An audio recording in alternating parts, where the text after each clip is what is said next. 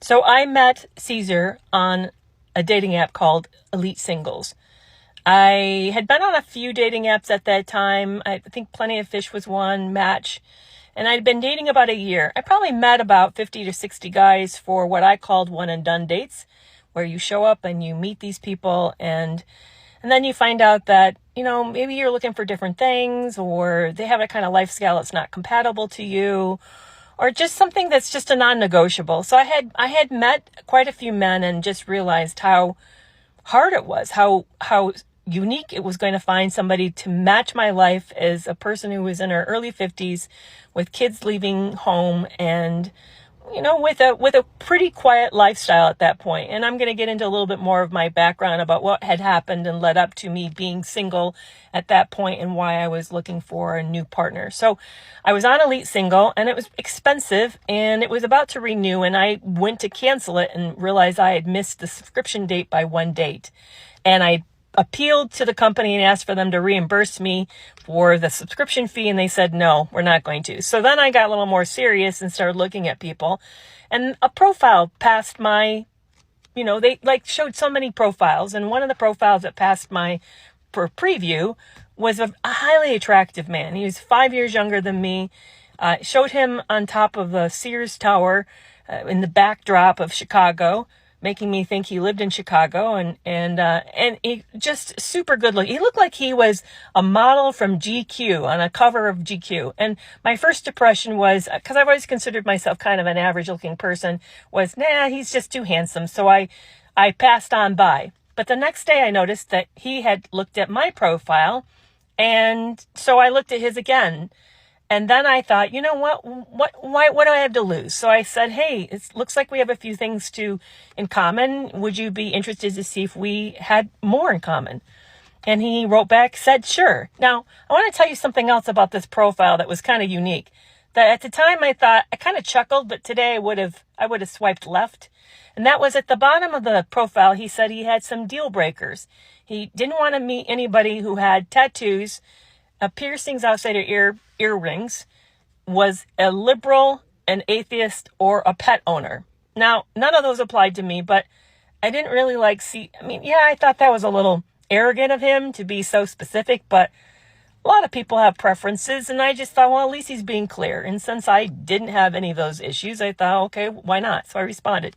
So he said, sure. So we started chatting, and we texted probably, and this was, by the way, in July of 2016 when I first met him. And we started texting back and forth for a few weeks, and it seemed really good. And I said, do you think we should meet?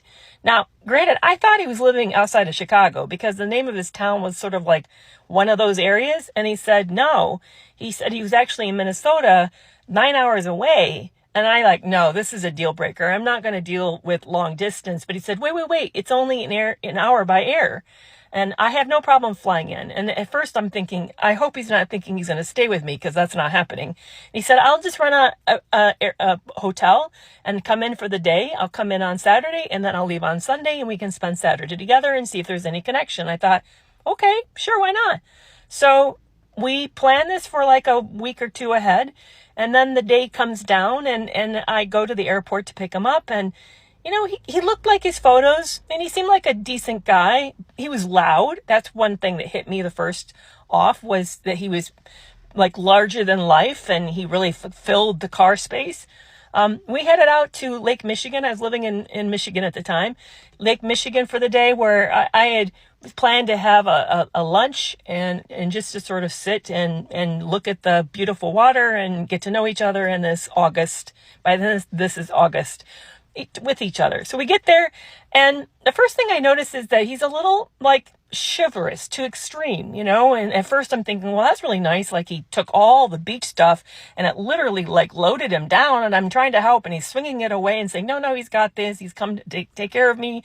And I thought, so sweet. So we get there and we're having a good time. We're enjoying a wine cooler and looking at the water. And then I realized that I forgot the meat. All the cold supplies are still in the refrigerator back home, that we just have all the makings for sandwiches, but nothing to really make the sandwich.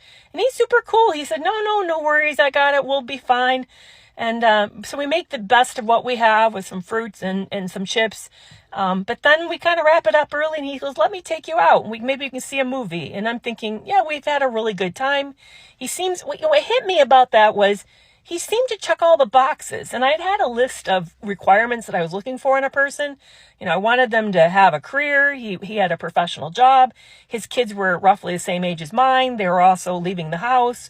It was shocked me how much we just lined up. He went to similar churches I did. He seemed to have similar faith as I did. Just seemed like a really nice professional man. I knew he was Hispanic and that he had actually immigrated here, but he had been here for a very long time, for all of his adult life, basically. And there was a lot about him that felt safe, really nice and safe.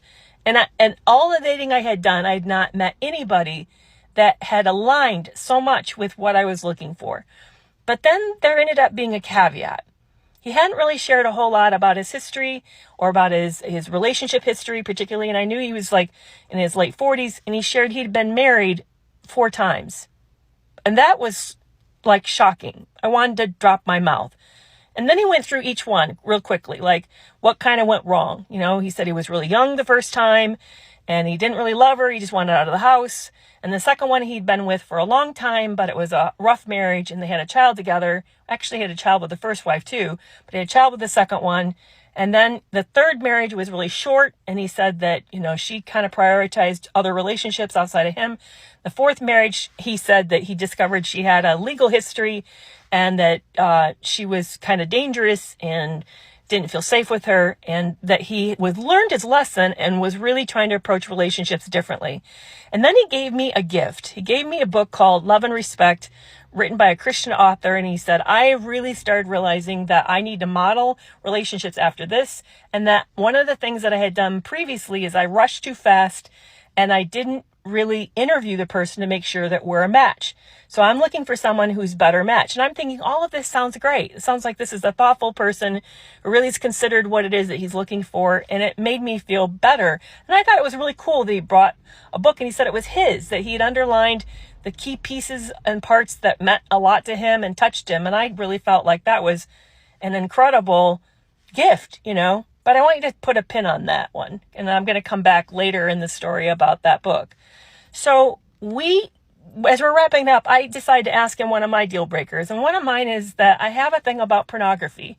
I have a history of SA, and I'd been exposed to it in a really weird way. And it really bothers me. And it wasn't part of my first marriage. And I just didn't want that to be a big part of our second marriage. So I asked him, and he acted weird. He said no. And this was like an off, not allowed subject, like off limits. And I thought that was really strange, but I thought, okay, maybe, I don't know. I just thought it was strange. But we ended up with the rest of the date. It went great. That night I was really wiped and went home. And after I dropped him off at the hotel, but I was kind of conflicted about the history of his marriages. I didn't know quite what that meant. And if that was a good, I was feeling like a little overwhelmed, that I would be the 5th potentially serious relationship if this went somewhere. So the next morning I go back to the hotel to take him to the airport, and he invites me up into his room, which I didn't want to go. I felt really uncomfortable. We were supposed to go to church, but I didn't feel good enough to go to church. So he said, as he's packing up, just come up and wait with me. I'm almost unpacking. And then when we're there, he said a couple odd things. One was he said that he was surprised he wanted me so much. And that hurt, but I kind of decided to overlook it. And he started kissing me and, pushing up against me. And I felt suffocated, like I couldn't breathe.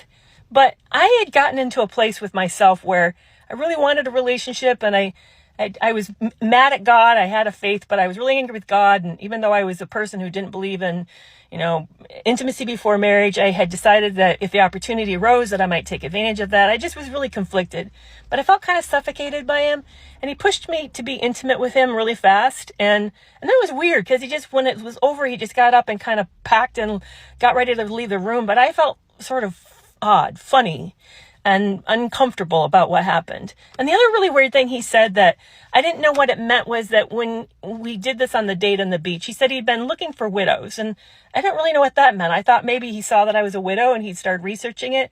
So again, I just didn't know what it meant of it. But that's the end of part 1 of how I met, married, and got scammed by a gold digger.